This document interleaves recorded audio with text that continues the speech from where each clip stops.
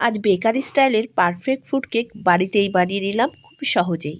প্রথমে ক্যারামেল করার জন্য হাফ কাপ চিনি পুড়িয়ে নিলাম আর কমলা লেবুর রসের মধ্যে কিছুটা ড্রাই ফ্রুট ভিজিয়ে রাখলাম।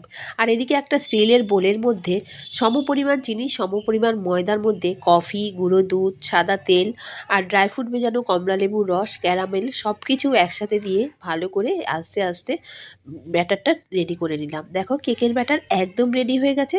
তারপর উপর থেকে একটু ইনো দিয়ে দিলাম। ইনো দিয়ে হালকা হাতে আরেকটু ব্যাটারটা নাড়িয়ে নিলাম। তারপর কেকের ব্যাটার তো একদম রেডি হয়ে গেছে। এবার কেক টিনটা রেডি করার জন্য একটা সিলভারের পাত্র নিয়ে তাতে সামান্য তেল দিয়ে ব্রাশের সাহায্যে চারিদিকে তেল মালিশ করে দিলাম। তারপরে উপর থেকে একটু গুঁড়ো ময়দা দিয়ে পুরো সেট করে নিলাম। এবার কেকের ব্যাটারটা ওপর থেকে পুরোটাই ঢেলে দিলাম। একটু ট্যাপ ট্যাপ করে নিলাম যাতে কোনো বাবলস থাকলে বেরিয়ে যায়। তারপর একটা কাঠি দিয়ে জিগজ্যাগ করে নিলাম। আগে থেকে একটা কড়াই ফ্রি হিট করে নিয়েছিলাম লোহার কড়াইতে, সেই কেকের পাত্রটা এবার বসিয়ে দিয়ে 15 মিনিটের জন্য ঢাকা চাপা দিয়ে রেখে দিলাম। 15 মিনিট পরে ঢাকনাটা খুলে দেখলাম কেকটা তো ফুলেছে কিন্তু এখনও নরম আছে।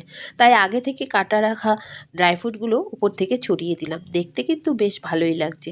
আরও 15 মিনিটের জন্য আবারও ঢাকা দিয়ে রেখে দিলাম।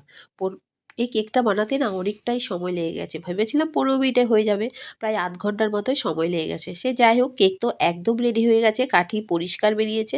তাই এবার কেকটা দেখো কেটে দেখাচ্ছি, কত সুন্দর নরম আর সফট হয়েছে। তো ভিডিওটা ভালো লাগলে অবশ্যই একটা লাইক করে দিও। টাটা।